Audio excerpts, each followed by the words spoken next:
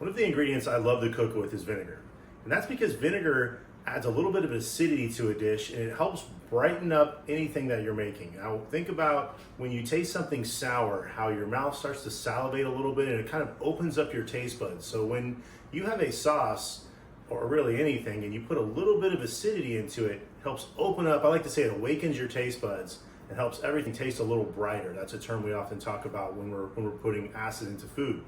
In addition, vinegar, particularly vinegars made with wines, have the same complexity of the wines that they're made from, so they have a lot of interesting aromatic compounds which add flavor and complexity to the dish that you're adding it to. So for me, using vinegar is a great way to uplift your cooking and make everything taste a little bit better. My name is Chef Jeremy with Lineage Culinary, and today we're going to talk about vinegar.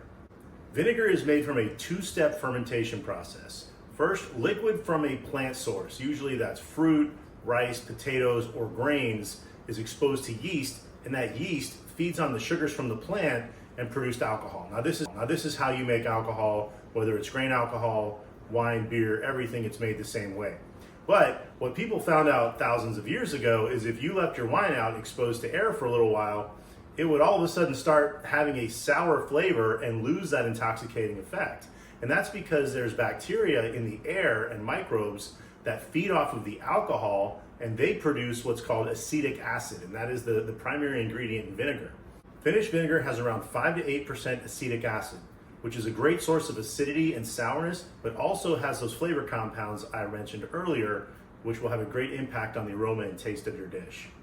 So vinegar has likely been around since people first started using alcohol because, as I mentioned, it's a byproduct of the alcohol process, and if you allow alcohol to sit for too long, you end up with vinegar, which is probably was originally an unintended consequence of winemaking, but then ancient people probably realized the benefits they can use, for flavor, but also remember that increasing acidity lowers the environment where bacteria can form. So when you increase acidity in something, it helps preserve food. So that was one of the main uses for vinegar in early times, was preservation. The first evidence traces back to ancient Babylon around 5000 BC, where it was used as a condiment and a preservative for food and water. It was commonly used in ancient Greece, Rome, and China. And during the Middle Ages, vinegar production became popular in Europe. The French city of Orleans developed a method for making high-quality vinegar in 2 months that was widely adopted and became known as the Orleans process. Around this time, balsamic vinegar production began in Modena, Italy, and malt vinegar production began in England.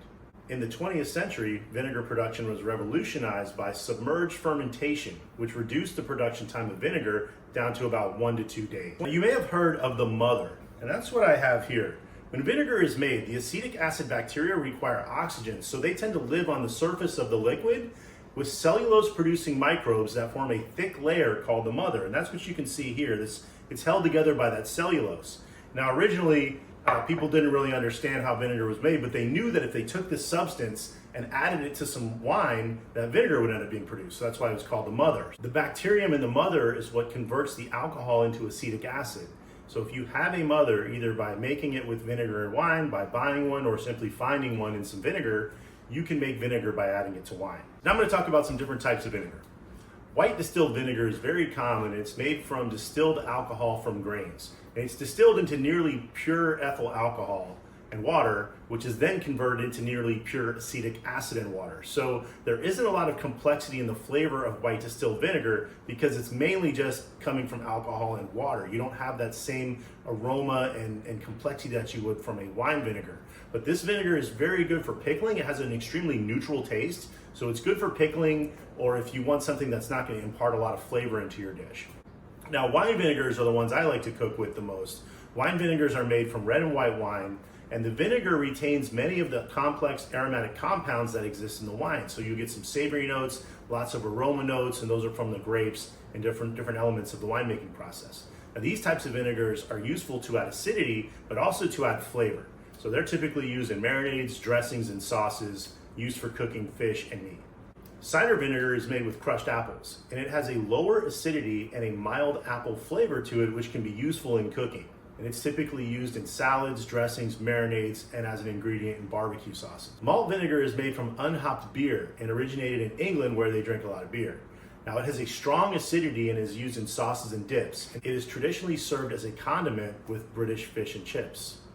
Rice vinegar is made from fermented rice, has a lower acidity and a milder, sweeter flavor. Now, it's popular in Asia because they consume and grow a lot of rice in Asia, and it's typically used in a lot of Asian cuisine like sushi, pickled vegetables, and stir fries. Now, balsamic vinegar is made from grape must. It has a sweeter and milder flavor than other vinegars. And there are different ways of making balsamic vinegar with varying levels of quality. The best balsamic vinegar is DOP balsamic vinegar of Modena, and that's made by boiling Lambrusco or Trebbiano grapes to produce a must of dissolved sugars and acids that begin a series of slow reactions that produce rich flavors and colors. The must is stored in a series of progressively smaller barrels made from different types of wood. Each barrel is a different type of wood. It's a very slow fermentation process, and it results in a thick and complex flavored vinegar that is widely regarded as the best vinegar in the world. Because it's very expensive, it is used sparingly as a condiment on aged cheeses, fruit, vegetables, pasta, meats, and ice cream. If you're looking for the best balsamic vinegar you can get, you want to look for that DOP designation on the bottle. It's very important. IGP balsamic vinegar must be produced in Modena or Reggio Emilia in Italy.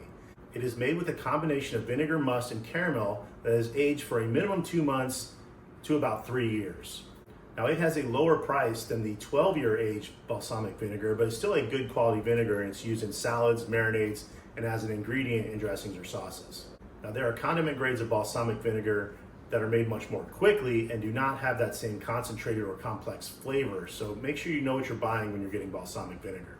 Sherry vinegar is made in a similar way to balsamic vinegar with sherry wine. The sherry vinegar is made by blending the wine with older batches of sherry vinegar and aged in wooden barrels, much like balsamic vinegar is. While it's not as dark and savory as balsamic, the result is a vinegar with high levels of amino acids and organic acids, which produce a much more intense and nuttier flavor than other types of vinegar. I hope you found that useful. If you liked the video, please like and subscribe. My name is Chef Jeremy with Lineage Culinary. Thank you for watching.